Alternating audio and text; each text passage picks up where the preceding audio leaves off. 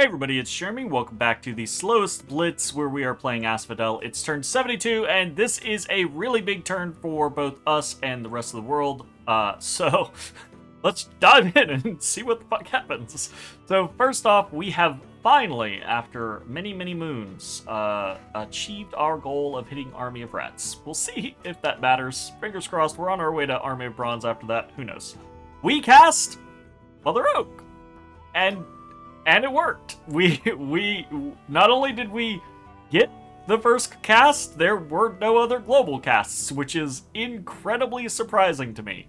So yeah, no idea if this will stay up for any length of time, but we'll see, you know? We also did a gnome lore, found nothing. Augury finds a bronze pillar, a thunder oak with an auspex. We did another vial water. That's cool. We can see there are a number of attacks from man against us, and we see attacks from Pyrene against Ulm. So not to be outdone by Vanarus, as Vanarus is gobbling up Abysia. Pyrene seems to be making their move on Ulm, and while the movement of Vanarus is ahead in conquering Abysia, right? What Pyrene is taking from Ulm is potentially significantly of more consequence, because Ulm is the throne holder right now, right? Like, holding three thrones is like the big deal right now with Ulm. So really interested to see if this means that the world turns their eyes on Pyrene. Anyways, a battle in Boar Woods. So Ulm, or Pyrene, Blood Up, has sent in some imps and a devil. So this is a specific blood spell, if I remember correctly. So what I think has happened here is I think he has cloud trapezed in this Sorgina, as well as casted the blood spell that does the bunch of imps led by a devil. And he's up against basically nothing, so that's going to be super easy peasy for him. So, free province right there. We have an assassination attempt against us. What the fuck? Oh, he's got look at the gear on this motherfucker. He's got an adventurer, who is kitted the fuck out. Halberd of Might, golden arbalest. Pretty cool. Dragon helmet, cloak of invisibility, giving him unseen and increased stealth. Up to 110 stealth quickness. Has an eye of aiming for that golden arbalest, so his precision is up to 18, and he has a cat's eye amulet to give him even better stealth. Hot damn. Let's see how this goes.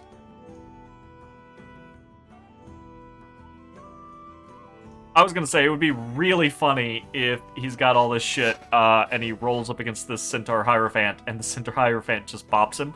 But that did not happen. He got shot in the face. So, that's a little terrifying, honestly. That's a little terrifying. We are attacked in Bycliff. Ah, fuck. So we had a pretty decent size stack here, but not going to be enough on this particular front. Again, just too many monks and too many Knights of Avalon. So 100 versus 100, not in our favor. We lose that whole stack. We are hit in Kepria. And this, I think, is pretty interesting. So, kind of, honestly, like, the best tactic. Fighting mannequins, charcoal shield. Easy peasy lemon squeezy. Let's see how it works. It's immediate death. That's it. Just if they try to hit, they kill themselves. That being said, a couple of, like, the sleep vines are able to get through still on the occasion and fatigue someone out. The issue is we would need a horde here to actually kill the guy off. And that's that. That being said, our forces defeated the attacking force from man. I don't know exactly how this happened, because obviously this is like a replay bug. But I think what happened was that my assumption is, right, we did not kill this Knight of Avalon. We defeated the attacking forces from Man. I think what happened was this mass was able to fatigue this Knight of Avalon, Knight Commander, out severely. And then the Centaur Hierophant probably fatigued himself out casting. And when it came down to routing, the Knight Commander probably just routed faster. That's the only thing that I can assume is what happened here, but I don't really know, because this is just wild to me. Anyways, we attack in Frosted Peaks. We send a little stack. Oh, holy shit! That's a big army! Has it finally happened? Is the time finally now? I think the time's finally now. I think Man is actually finally moving to attack me. That is a big-ass army.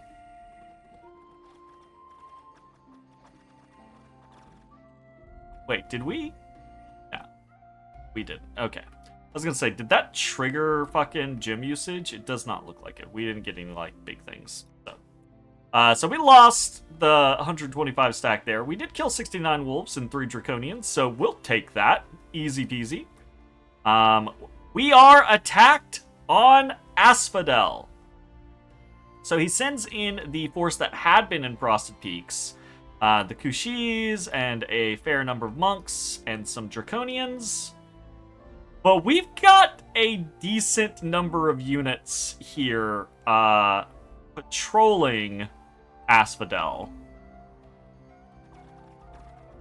Bunch of Leogryphs that we have summoned previously. And they do a good job. And in the background, the Draconians that dropped in got demolished. So, in Asphodel, we actually kill all 11 of the monks, most of the Kushis, and most of the Draconians. We do lose 140 units for it, but, I mean, at the end of the day, it's fine. Unfortunately, we lose like half of the Leogryphs, which, you know, kind of sucks, but, you know, job done. Job done.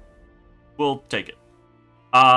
We get to watch an actual battle between Pyrene and Ulm. I say actual battle, but an actual attack. So, Fiends of Darkness led by a Sorgina. Easy peasy. It's just... the Fiends are just going to go do their thing. The Sorgina's just there to lead them around. So, easy on that one. We are attacked in New Coast. And we've got nothing here. So, we can see there are a bunch of wolves here. There are a fair number of monks here. And there are a fair number of Knights of Avalon, along with some daughters, interestingly. So, they've got a whole chorus situation cropping up. And they have Soldiers of Steel coming out of that, which is pretty cool. My assumption is they've got something bigger. Right, there's a Mother of Avalon here, but she's not using any gems at the moment, right? So probably this is for something. I'm not sure what it would be, but it's something bigger. So we get hit in Gold Coast, we kill a wolf, no big deal. We discover a scout from Abysia and from Agartha, and that is that. So it looks. This could still be them just fucking around, but it looks like Man is like the time is now. Like we should be having the big final fight, where we will probably ultimately lose, but hopefully deal a whole bunch of damage along the way. Right, like that's the whole plan. So we're gonna take a second look at the forces here in Frosted Peaks, since this seems to be the main thrust. We'll take a second look at that, basically kind of like at the end of the maybe not the end, but throughout this video. But we're going to talk about some of the other things that we're doing while this is going on. We can see Ulm has been bombarded by attacks from Pyrene, so hopefully we'll try to see what is going on there, if we can kind of catch on to some things that are happening there. We are consolidating a bunch of forces from the surrounding territories into Forest of the Lost in the hopes that, you know, he's got this big force from Frosted Peaks, he's got this decent-sized force in Bycliff, he's got another force in New Coast. Hopefully he's just gonna come at us with all of those things.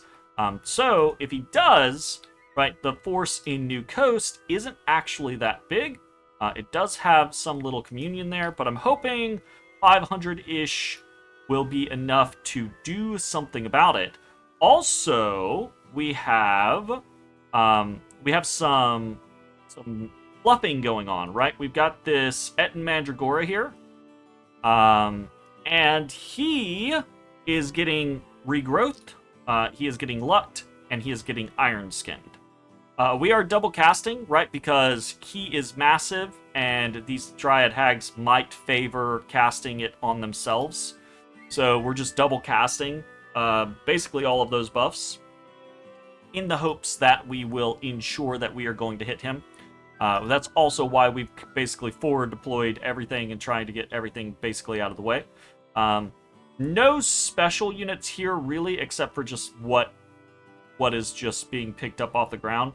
This is all just mannequins, boars, wolves, horses, etc., etc. So they will kind of die against 30 knights and 7 monks. That should be, you know, if we can wrap around and get to the monks, we should be okay. But it really depends on what this Mother of Avalon is casting. And the wolves, there's a fair amount of wolves. We got to remember, wolves actually trade fairly well with mannequins. So I feel okay-ish about this, but ultimately it might be a scenario with, again, we might not win it, but maybe we do a fair amount of damage as we kind of go out.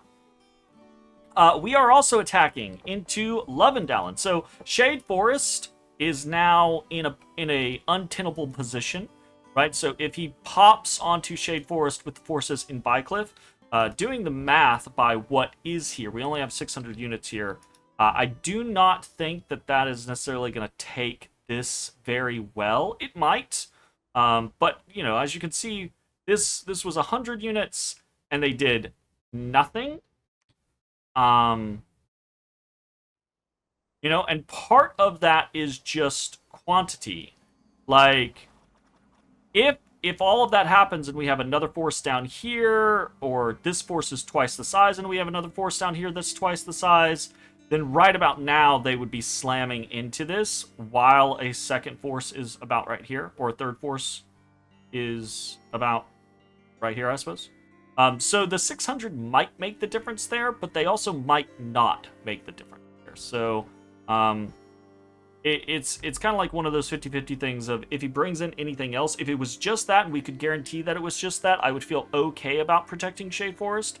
But instead, we're just going to move, right? So we're going to attack into Lovendalen with roughly 350 units.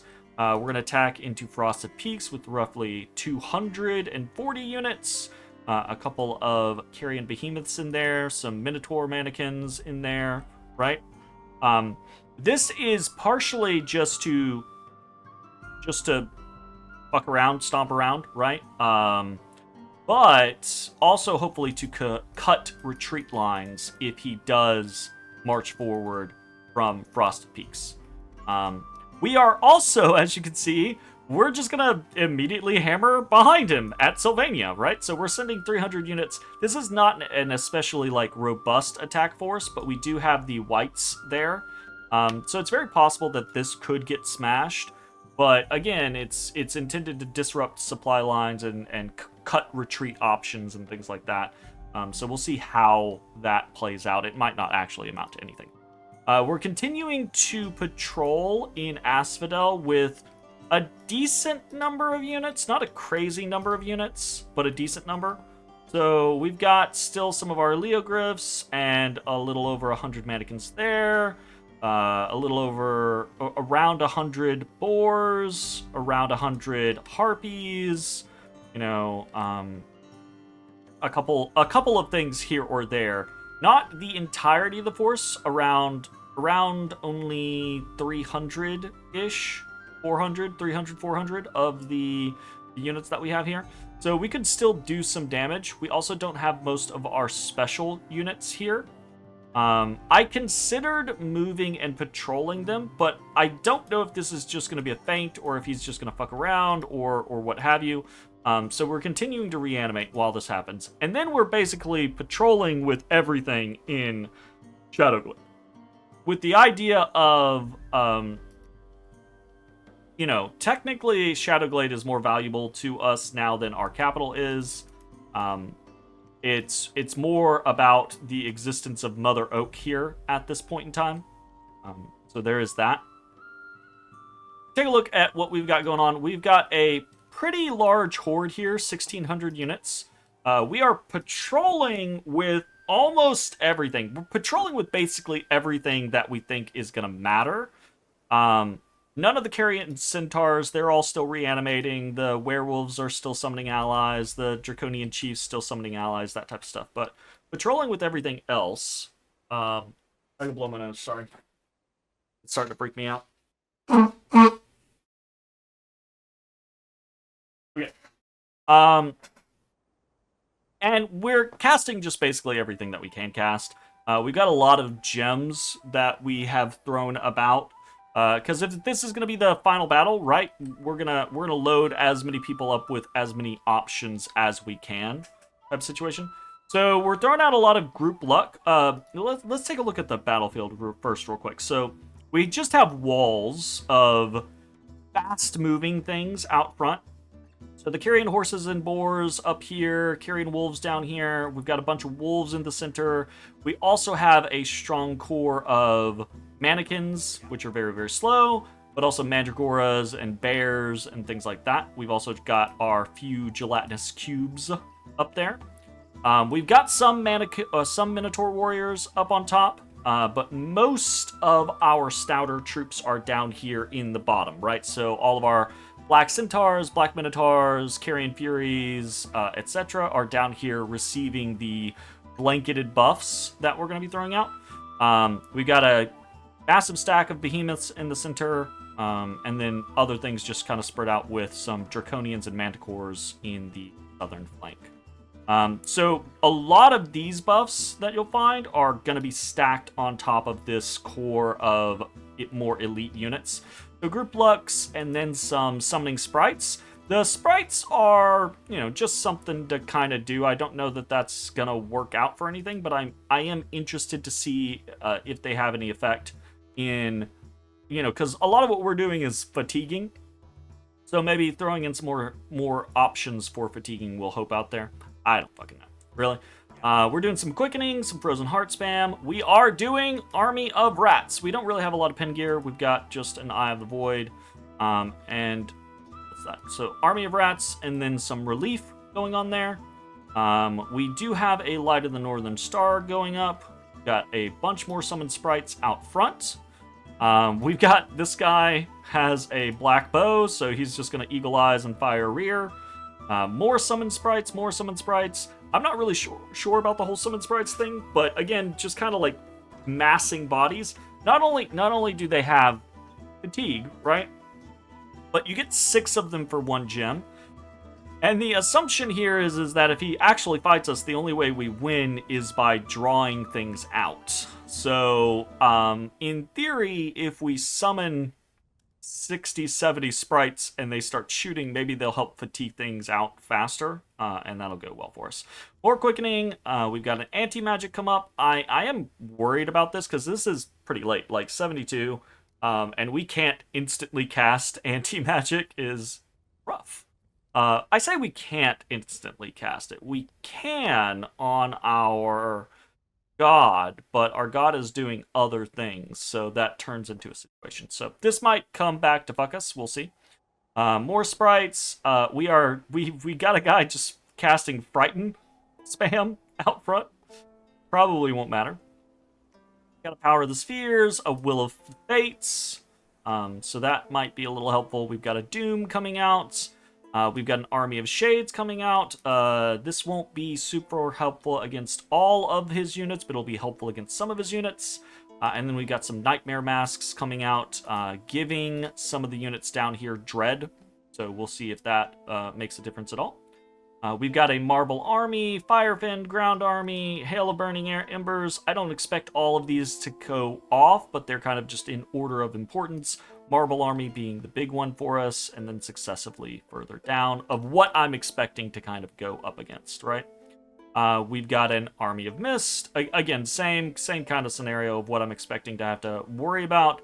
Army of Mist, Arrowfiend, Soaring Army, Wind Guide. I'm not expecting like an Earthquake play or anything. This is Agartha, but it's definitely possible that he could throw up his own like Feather Flight. Is that in the game yet? I don't remember. Or Soaring Army, Earthquake kind of like counter. We'll see.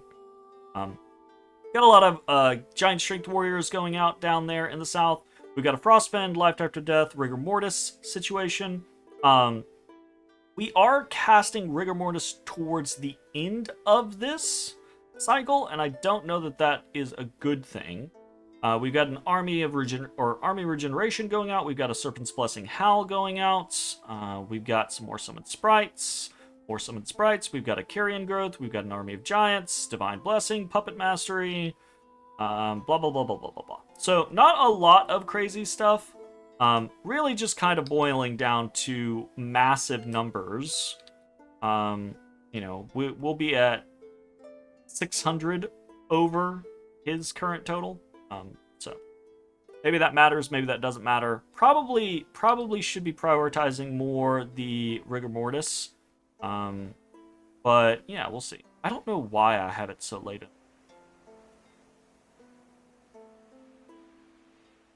That should probably... I say I don't know why I have it so late in the script. Probably I have it so late in the script because I really want to make sure some of these other things go off, and I'm worried if it's the first thing that goes off, it could tag some of my casters, because we don't have relief going off until later, which is also a problem. So I think this is synced up to be more conducive to us getting relief up. He's definitely going to have relief up too, though. Anyways, I wanted to take a look back at what is actually here, because there's pretty scary shit going on. Obviously, the fact that he has enough Knights of Avalon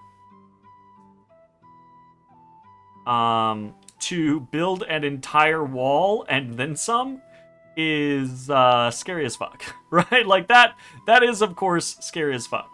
And then he's got another wall behind it of longbows, right? Which are pretty damn good against mannequins, as we've seen. And then there is an absolutely metric shit ton of monks here. There are 79 monks here. And I've seen how quick 10 monks can obliterate 100 mannequins. And I think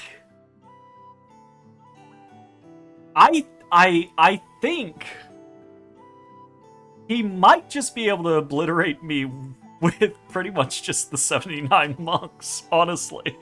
So this might go absolutely horrendously, but you know, it is what it is. We have made our bed. We have to sleep in it at this point. So we got to fight. Might as well fight. A bunch of Draconians here. He's got these backwards deployed landless knights and wolves and everything like that, who are all trapped behind the line of knights and longbows, which is good because that means any sort of...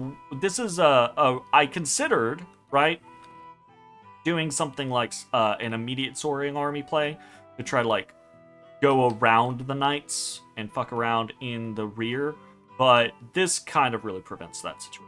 So that's just not going to work out for us in the long run. And he's got a lot of shit going on here, and some of it's some scary shit. So he's got a blind one, which I believe is a unique hero, right? He's got 8 of his crones, which are his big capital mages. He's got 47 daughters of Avalon. He's got 10 mothers, 11 Logrian wise men. He's got his god here, and he's got a golem here. Let's go see if we can take a look at it. He's also got a worm mage, which, fucking worm. So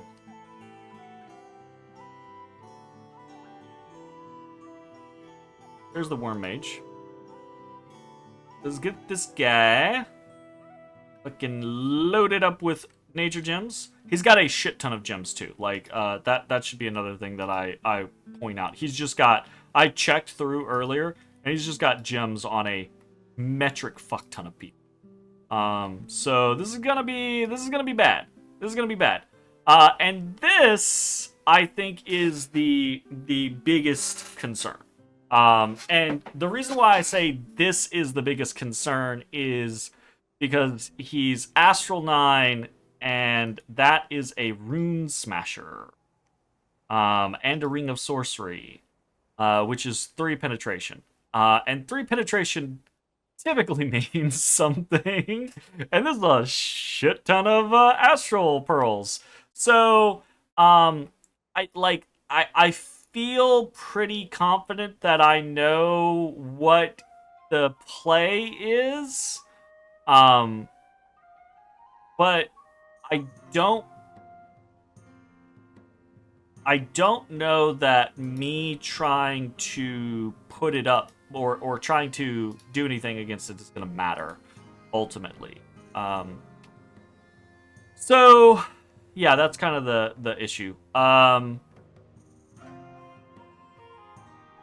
Also got a golem who's pretty good at it out. This is sketch. I say this is sketch. It's not sketch. This army will kill me.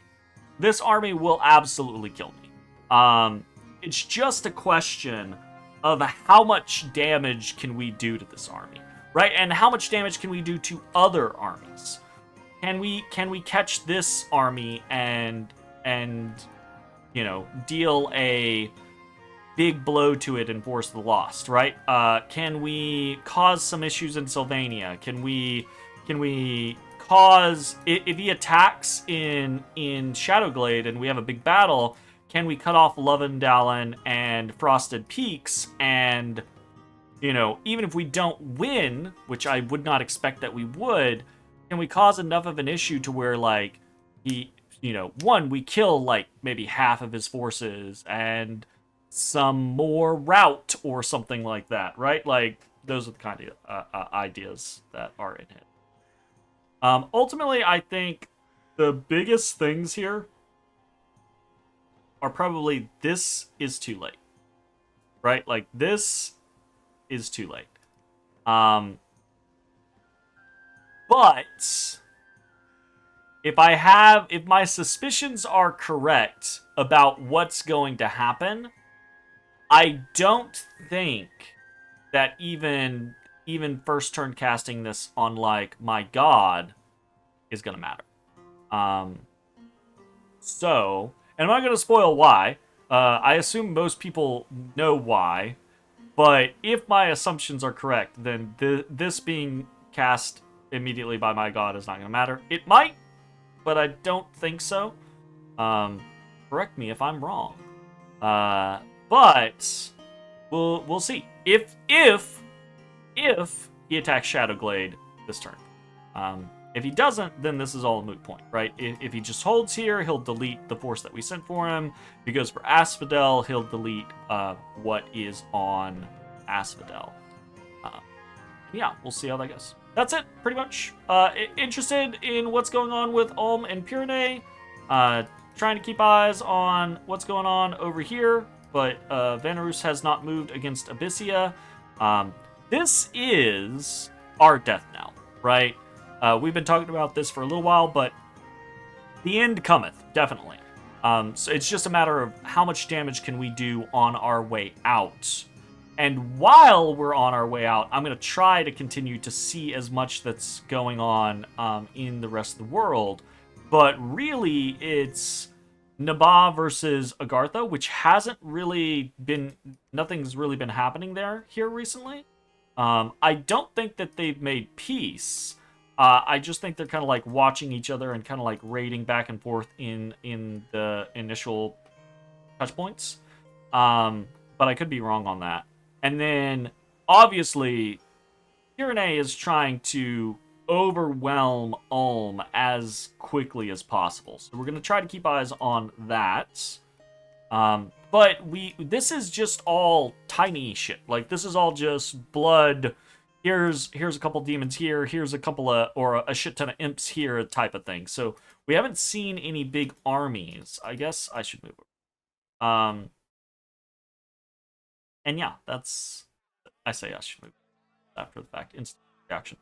So yeah, we'll try to see what we can see as we go out, and we'll try to make as big a splash as we can. That's it. Thanks for watching. Keep your fingers crossed. We'll see you next time. Bye-bye, everybody. Hey, everybody. Thanks for watching. If you enjoyed the video, consider leaving a like, commenting, or subscribing. It really helps me out. If you'd like to see me live, head over to my Twitch at twitch.tv/thedistanthorizon.